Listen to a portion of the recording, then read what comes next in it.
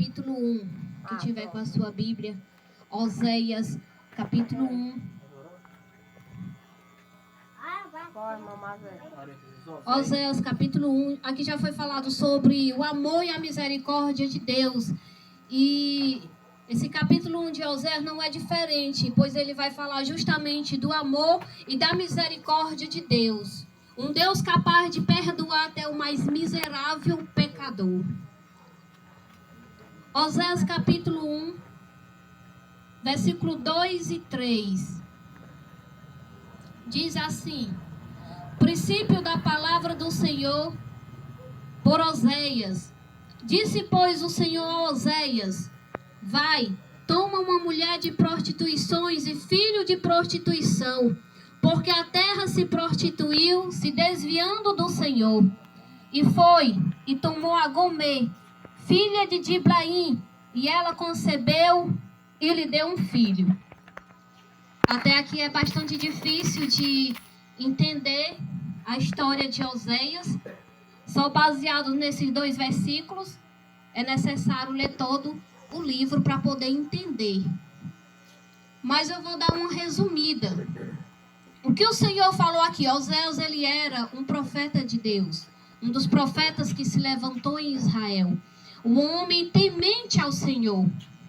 E naquele tempo, como sempre foi desde o princípio, o homem ele se desviava dos caminhos do Senhor. Israel sempre pecava e sempre tornava ao Senhor quando quebrava a cara. Todo pecador faz isso. Peca, peca, peca, peca quando quebra a cara, corre para os pés do Senhor, pede perdão e o Senhor perdoa. Depois que recebe o perdão, depois que recebe a bênção, abandona, vira as costas para o Senhor. Era isso que Israel estava fazendo naquele tempo. Aí o Senhor chama o profeta Oséias e ele dá a seguinte ordem a Oséias: Oséias, tu sendo homem de Deus, tu sendo um profeta, faz o seguinte diante dos olhos de Israel: toma uma mulher por esposa. Só que tu não vai tomar uma mulher de Deus, uma mulher como tu é um homem de Deus, por exemplo. Tu vai tomar uma mulher das prostitutas de Israel por esposa, que a Bíblia fala que foi Gomê. E Oséias, sendo um homem obediente, ele toma uma prostituta, uma meretriz, todo mundo sabe o que é uma meretriz, por sua esposa. E a ordem que o Senhor deu a Oséias foi o seguinte: ela vai te trair, porque ela é o quê? Uma meretriz. Mas tu deve amá-la, tu deve respeitá-la e tu deve ser fiel a ela, ainda que ela te traia. Todas as vezes que ela vier a ti te pedir perdão, tu deve perdoar ela. Foi essa a ordem que o Senhor ele deu a Oséias. E Oséias fez isso. Ele tomou Gomê por sua esposa, uma meretriz, que ele era traído, ele era enganado, mas ele a amava, ele era fiel. E todas as vezes que ela vinha a ele pedindo perdão, ele a perdoava. E aquilo tornou-se um escândalo para Israel, porque Israel olhou para aquilo e talvez ficou pensando: como pode o homem de Deus, um profeta de Deus, tomar uma mulher dessa por sua esposa? Uma meretriz, tantas mulheres que havia em Israel. Só que o que o povo não entendia, o que o povo não tinha percebido, era que isso nada mais era do que o pecado deles sendo lançado na cara deles pelo próprio Deus. Porque o Senhor chama Oséias e diz: Oséias, o povo se escandaliza porque tu, sendo homem de Deus, tu tomou por esposa uma meretriz? Ora, mas não é isso que eles fazem dia e noite comigo? Pois eis que eu os perdoo sempre que eles se arrependem. Eis que eu sou fiel a eles, demonstro o meu amor. E eles são semelhantes a Gomê. Viram as costas e vão se prostituir com os deuses das nações. Glória a Deus. Vocês estão entendendo? Vão se prostituir com os deuses das nações. E Oséias sou eu, aquele que ainda que traído, ainda que o meu povo vira as costas, mas quando eles tornam para mim pedindo perdão, eu perdoo. Quando eles tornam para mim pedindo que eu os abençoo, eu os abençoo. E o Senhor manda Oséias falar: vocês Manassés, o meu povo, Israel, é semelhante a Gomé, a meretriz. E eu sou semelhante a Oséias, aquele que vocês sempre me traem, sempre vira as costas. Mas o meu amor e a minha beniguidade para com vocês é tão grande, que todas as vezes que vocês tornam pedindo perdão, eu perdoo vocês. É esse o verdadeiro, o real sentido da história de Oséias. É mostrar para o povo quão grande é o amor de Deus pela sua criação. Um Deus que, tendo todo o poder em suas mãos, ele poderia simplesmente destruir o pecador diante da sua face. A primeira vez que pecasse contra ele, mas o que ele faz? Ele perdoa. Ele oferece o perdão. Foi diante desse amor que, inclusive, Manassés ele chegou a se converter. Porque Manassés ele foi um rei que ele fez tudo aquilo que o Senhor disse que não era para ele fazer. O Senhor disse: não se curva diante dos deuses pagãos. Ele foi e se curvou e adorou para ver se Deus destruía ele. O Senhor disse: não passe os teus filhos ao fogo em homenagem ao Moloque, ao Deus Moloque. Ele foi e fez tudo o que o Senhor disse. Para não fazer, ele fez. Para ver se o Senhor destruía. E o Senhor deixou ele entregue à sua própria vontade a fazer tudo. E no final, quando ele viu que o Senhor não destruiu, o Senhor ainda ofereceu a Manassés o perdão. Se tu te arrependeres dos teus pecados, eu te perdoo. E Manassés ficou tão constrangido diante deste amor, que ele passou a se perguntar: que Deus é esse? Que Deus é esse que eu faço tudo aquilo que ele disse que não era para mim fazer, e ao invés dele me destruir, ele me oferece o perdão. A Bíblia fala que diante deste amor de Deus, Manassés ele ficou constrangido e ele chorou amargamente, arrependido, e voltou o seu coração para o Senhor, e o Senhor o perdoou. Assim era o povo de Israel. Mas como muitos sabem da história de Israel, o povo de Israel sempre foi um povo ingrato. Porque o Senhor sempre fez milagres, sempre purificou o seu povo, levantou profetas, levantou reis, levantou juízes para pelejar pelo seu povo. Mas quando tudo estava bem, eles faziam o quê? Eles viravam as costas para o Senhor. E um destes exemplos é, por exemplo, o motivo pelo qual o povo foi escravizado no Egito por 430 anos. Foi justamente porque quando eles foram para lá, levados por José, quando eles começaram a crescer, o que foi que eles fizeram? Diante de todas as bênçãos que o Senhor deu a eles. Porque quando eles foram levados para o Egito, eles foram abençoados de todas as formas, por intermédio de José e do faraó que naquele tempo reinava no Egito, que foi um excelente faraó. É tanto que foi usado por Deus para fazer de José o governador.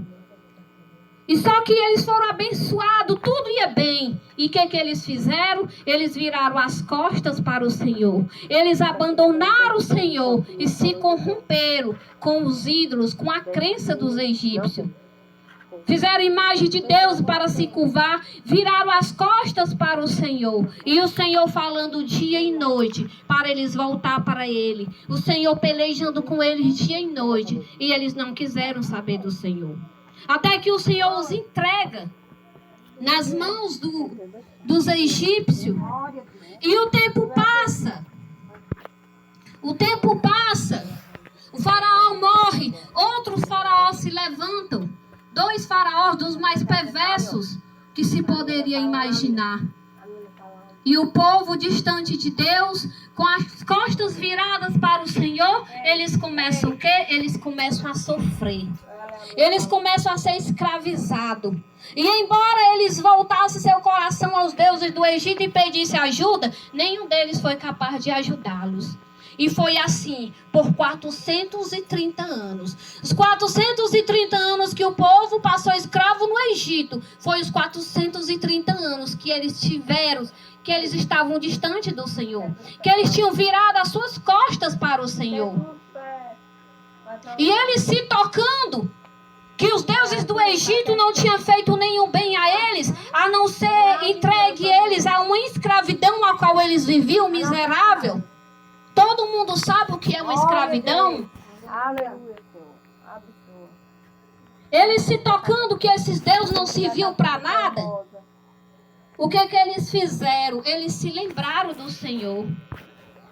Porque todas as vezes que eles estavam na pena, na porrada, eles se lembravam de Deus. Como todo mundo, quando está doente, se lembra de Deus. Quando está lá na cama do hospital, se eu sair daqui, eu não vou mais para beber. Se eu sair daqui, eu não vou mais para macumba. Se eu sair daqui, eu não vou mais para isso e aquilo. Mas quando sai, volta novamente para o mesmo lugar. Tem muitos que é desse jeito, assim era o povo. E o que o povo faz? O povo vai e volta o seu coração para Deus. Se nós estivéssemos servindo ao nosso Deus, Ele já nos teria nos libertado do Egito. Ele já teria feito milagre, nos livrado da mão de Faraó. O povo se arrepende, volta o seu coração para Deus, pede perdão por 430 anos que eles passaram se curvando diante de demônios, servindo a demônios. E o que o Senhor faz? Como Deus benigno de misericórdia que o Senhor é, o Senhor chama Moisés por meio da sarça. O Senhor chama Moisés por meio da sarça ardente. E o Senhor diz: eu ouvi o clamor do meu povo no Egito. E eu desci para livrar o meu povo das mãos de Faraó. Ou seja, o Senhor não só ouviu o clamor do seu povo, como o Senhor ainda decretou que libertaria o seu povo. E isso Ele fez. Ele libertou o seu povo no Egito. Todos sabem a história. Ele envia Moisés. Ele derruba os 10 deuses do Egito, mostrando que eles não tinham poder nenhum diante dele. Liberta o povo. Faz ali um dos maiores milagres, um dos milagres mais bonitos que eu acho da Bíblia, que é a abertura do mar para o povo passar. Mesmo depois de tudo o que o povo fez, o Senhor ainda os perdoa. E a Bíblia fala que depois que Ele libertou o povo, por 40 anos, Ele sustentou o povo no deserto. Todos os dias Deus Ele fazia maná cair do céu para poder eles fazer o alimento, que era o pão. E qual foi a recompensa que eles deram para Deus? Reclamar. Diziam: nós estamos cansados de tanto comer pão, não fazia nada. Deus sustentava eles, Deus dava tudo. No Egito eles tinham que trabalhar para poder comer. Eram escravos, mas estavam dizendo: no Egito era melhor. Quando a gente estava levando peia, estava melhor do que aqui, só comendo pão. Sem trabalhar, sem fazer nada. Pão caindo do céu e o povo reclamando. E aí disseram: não, nós queremos comer carne. Aí o Senhor vai, manda os passarinhozinhos pousar no arraial dele para eles pegar, matar e comer e se fartar. Tudo que eles queriam, Deus Ele fazia. E o povo reclamando, querendo voltar para o Egito, achando ruim, porque era essa a recompensa que eles davam ao Senhor: reclamar.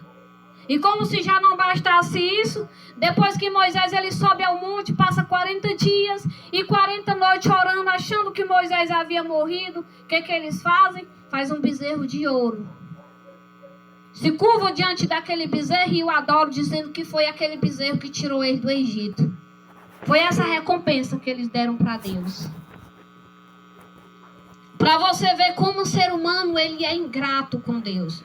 Como muitas vezes a gente erra com Deus, mas Deus Ele sempre nos perdoa. Diante de todos os erros, sempre que eles cometiam um erro, o Senhor Ele ia e Ele perdoava.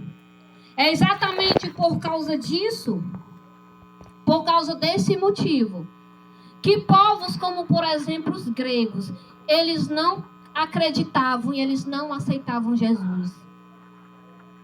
Este foi o motivo que levou povos como os gregos negarem a Jesus, e foi o mesmo motivo que levaram alguns a crer em Jesus. E eu vou explicar por quê. Muitos gregos não aceitavam Jesus porque eles diziam que não poderiam servir a um Deus fraco. Por que um Deus fraco? Porque para eles um Deus grandioso e poderoso não era um Deus que se submetia à sua criação. Um Deus que era blasfemado dia e noite, oferecia perdão. Mas um Deus que mostrava que quem mandava era Ele. Porque assim eram os deuses pagãos. Assim eram os deuses dos gregos.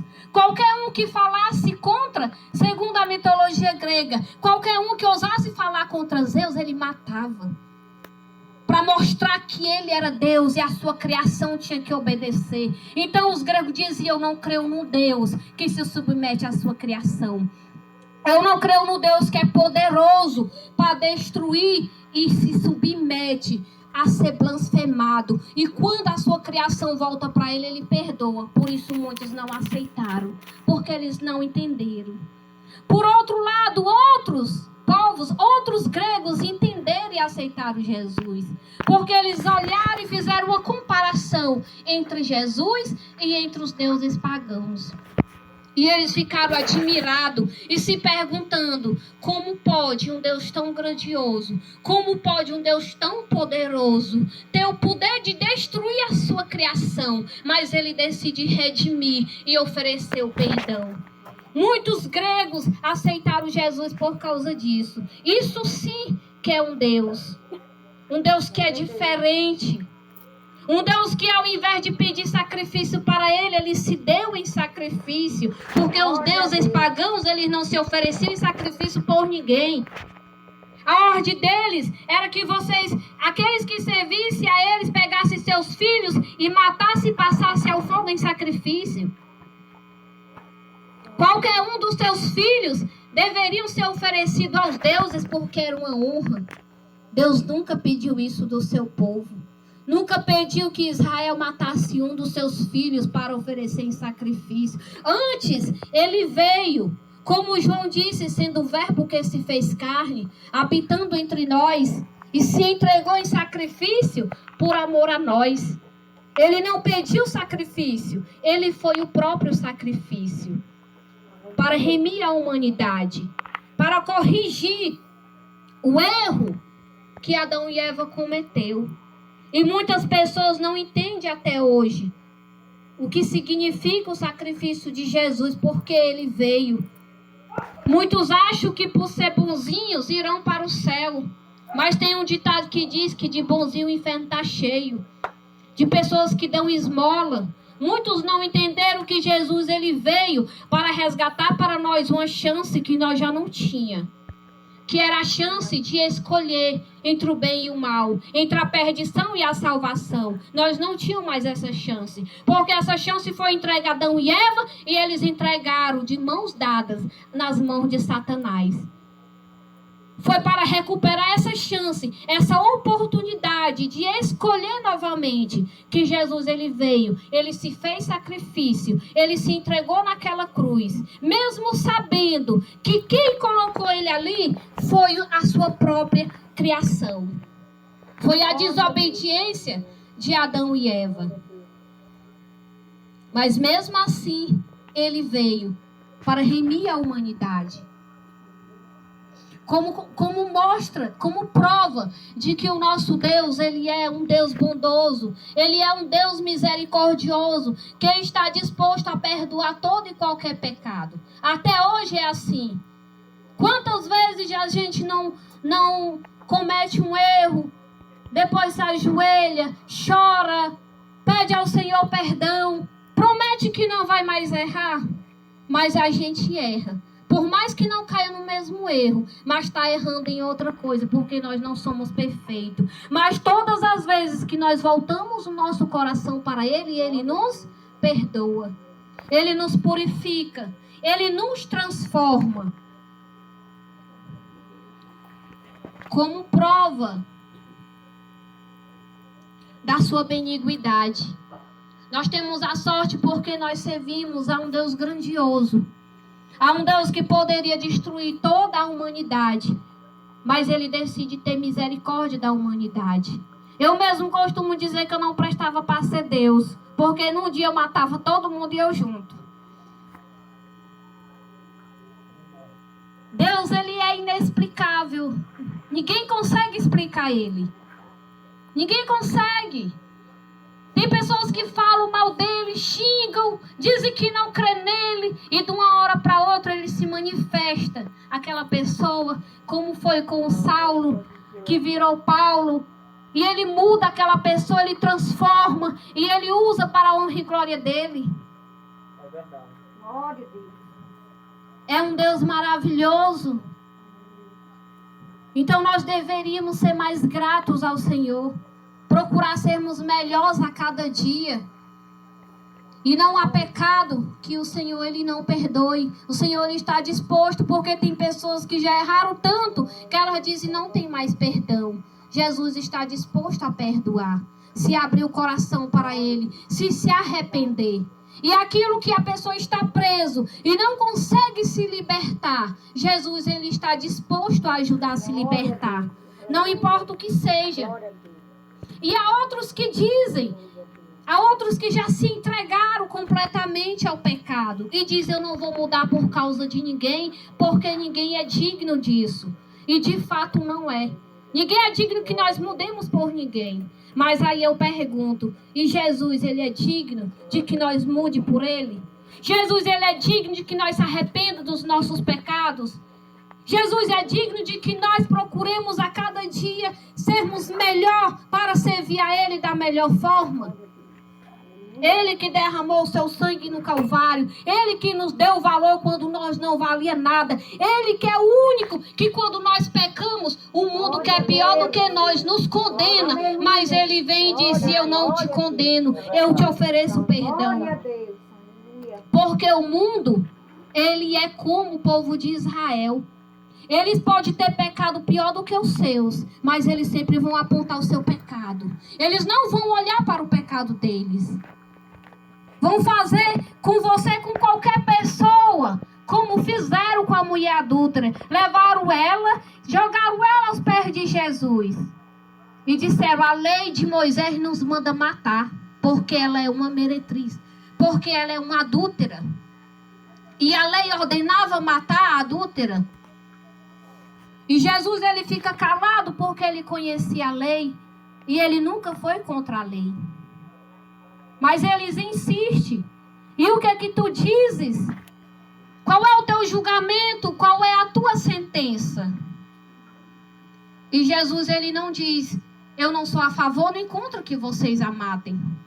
Porque a própria lei de Deus ordenava que a adúltera deveria ser morta. Mas Jesus deixou a critério deles. Porém, tem um problema. Esta mulher, ela pode até ser pecadora. Ela pode até ter pecado. Mas todos eles tinham. E só olhavam para o pecado dela. E aí Jesus, ele então vai e diz, se tiver alguém entre vocês que não tenha pecado, pode começar a matar. Pode começar a lançar a primeira pedra. Pronto. Jesus só disse isso. Mostrando aqui como é que o mundo é. O mundo só olha para o pecado dos outros. Não olha para os seus próprios pecados. Mas Deus não é assim. A Bíblia fala que eles começaram a sair de um por um. E ela ficou lá lançada aos pés de Jesus. Porque o julgamento do povo já havia dado. E por que o povo havia saído? Porque tinham pecados. Podia não ser como ela. Mas eles tinham. E um pecador não tem autoridade para julgar e condenar outro pecador. Essa autoridade foi dada apenas a Deus, apenas a Jesus. E ela continua lá. Porque ela já havia passado pelo julgamento do povo. Agora ela queria o julgamento de Jesus. Porque ela sabia que Jesus era o único que poderia julgá-la e condená-la. Porém Jesus olha, vê que ela ainda está aos pés dele e pergunta, onde estão teus acusadores? Não ficou ninguém para te acusar? E ela disse, não, Senhor. E ele disse, nem tampouco eu te condeno. Vai e não peques mais. É isso que Deus nos dá. É isso que Deus nos oferece. O perdão dos nossos pecados. Independente do que seja. De qual pecado seja. Mas o mundo sempre vai apontar. O mundo sempre vai condenar. O mundo sempre vai apontar o seu pecado na tentativa de esconder o deles. Mas Deus, ele sempre está disposto a nos perdoar.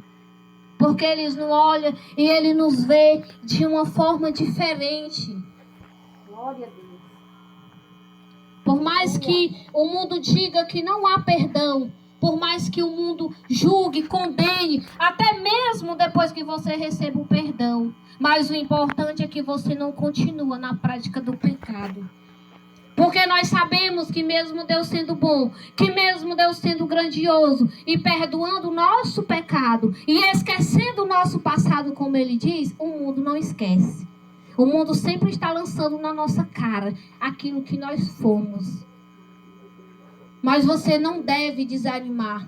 E você não deve se deixar levar por acusações de Satanás sobre o teu passado, sobre aquilo que você foi e sobre aquilo que você fez. Porque você tomou uma decisão que o mundo não foi capaz de tomar, que foi mudar, que foi sair do erro. Enquanto o mundo que te condena e te julga, continua no erro.